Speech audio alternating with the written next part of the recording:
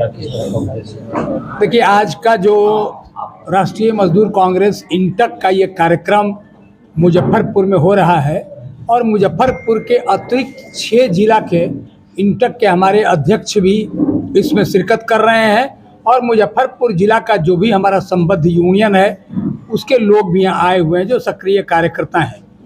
खास करके इस आज के मीटिंग में 2-3 बात हम आपको बताना चाहते हैं। पहली बात तो है कि पूरे भारतवर्ष में 20 मई को आम हड़ताल, राष्ट्रव्यापी हड़ताल मजदूरों के द्वारा आयोजित की गई है। मजदूर संगठन जो पूरे भारतवर्ष में है उनके द्वारा आयोजित की गई है और इसका कारण यह है कि केंद्र में जो सरकार आज बैठी हुई है वो सरकार मजदूर विरोधी नीतियों को आगे बढ़ा रही है। मजदूरों के लिए जो आज़ादी और आज़ादी के बाद के जो कानून जो मजदूरों के हितों के रक्षा के लिए बनाई गई थी उन तमाम 44 कानूनों को नरेंद्र मोदी की सरकार ने निरस्त कर दिया है और 4 लेबर कोड के माध्यम से वो जो प्रबंधन पक्षीय कानून है, मालिक पक्षीय कानून है, उस कानून को वो आगे लाने के लिए संकल्पित हैं। उसका हम लोग विरोध कर रहे हैं। लंबे समय से लड़ाई चल रही है और आगामी 20 मई को पूरे भारतवर्ष में राष्ट्रव्यापी हड़ताल होगा। इसके लिए भी हम आह्वान करने के लिए आए हैं कि इस हड़ताल को मजबूत करना है और आगे बढ़ाना है। इसके अतिरिक्त राज्य स्तर पर आउटसोर्स की प्रथा, ठेका प्रथा को ये सरकार, बिहार की सरकार आगे बढ़ा रही है और आउटसोर्स के माध्यम से, ठेका के माध्यम से काम करने वाले बिहार के जो लाखों मजदूर हैं उनको न्यूनतम मजदूरी नहीं मिल रहा है। श्रम कानून जो राज्य में है वो श्रम कानूनों का अनुपालन नहीं हो रहा है। उदाहरण के लिए हम आपको बता रहे हैं 102 जैसे एम्बुलेंस जो आवश्यक सेवा है उसमें काम करने वाले बिहार के 10,000 जो ईएमटी हैं, ड्राइवर हैं, उनको आज के दिन में न्यूनतम मजदूरी और श्रम कानूनों की सुविधा उनको नहीं दी जा रही है और राज्य सरकार इस मामले में चुप्पी साध करके बैठी है।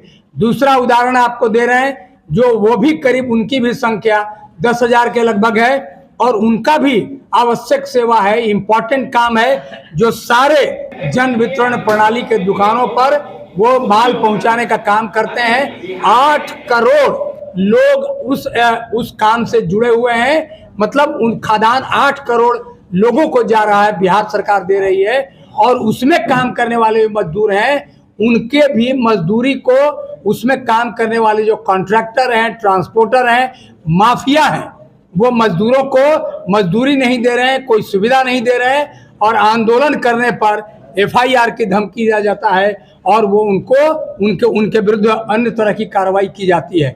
तो ऐसे मैंने उदाहरण के लिए आपको बोला है। मतलब यह हुआ कि बिहार के मजदूर क्यों पलायन कर रहे हैं। इसलिए पलायन कर रहे हैं, लाखों की संख्या में देश में और देश से बाहर काम करने जा रहे हैं, इसलिए कि बिहार में एक तो रोजगार नहीं है, उद्योग नहीं है और जो रोजगार है उसमें उनको कोई प्रोटेक्शन नहीं है, रोजगार की गारंटी नहीं है और अगर रोजगार कर रहे हैं तो मजदूरी की गारंटी नहीं है, पेंशन की गारंटी नहीं है, उनका जीवन यापन कैसे चलेगा उसकी गारंटी नहीं है। तो इस परिस्थिति में ट्रेड यूनियन के माध्यम से इंटक ने ये बीड़ा उठाया है। ये लड़ाई हम लोग लंबी लड़ाई लड़ेंगे, लेकिन राज्य के मजदूरों को न्याय दिलाएंगे और पलायन को रोकने के लिए जितनी ताकत के साथ इंटक को काम करनी होगी हम काम करेंगे। तो मुजफ्फरपुर जिला के अतिरिक्त जो हमारे 6 जिला के इंटक के जो अध्यक्ष आए हैं उनके नेतृत्व में इस लड़ाई को हम आगे बढ़ाएंगे उन जिलों में और इसी तरह का कार्यक्रम पूरे बिहार में हमारा लगातार चलेगा। भारतीय खाद्य निगम और बिहार राज्य खाद्य निगम में जो मजदूर काम करते हैं उनको तय मानक के अनुकूल जो है मजदूर नहीं होता है आंदोलन, लेकिन फिर भी अभी तक इस पर कोई क्या इसके लिए आप लोग? देखिए, हमारा तो अभी 17 अप्रैल को पूरे राज्य स्तर पर वहां पर मैनेजिंग डायरेक्टर के सामने प्रदर्शन है। इसके पहले 3 दिनों का पूरे राज्य में पहली दफा हड़ताल हुई और राज्य के मुख्यालय पर प्रदर्शन भी हुआ, जिला मुख्यालय पर।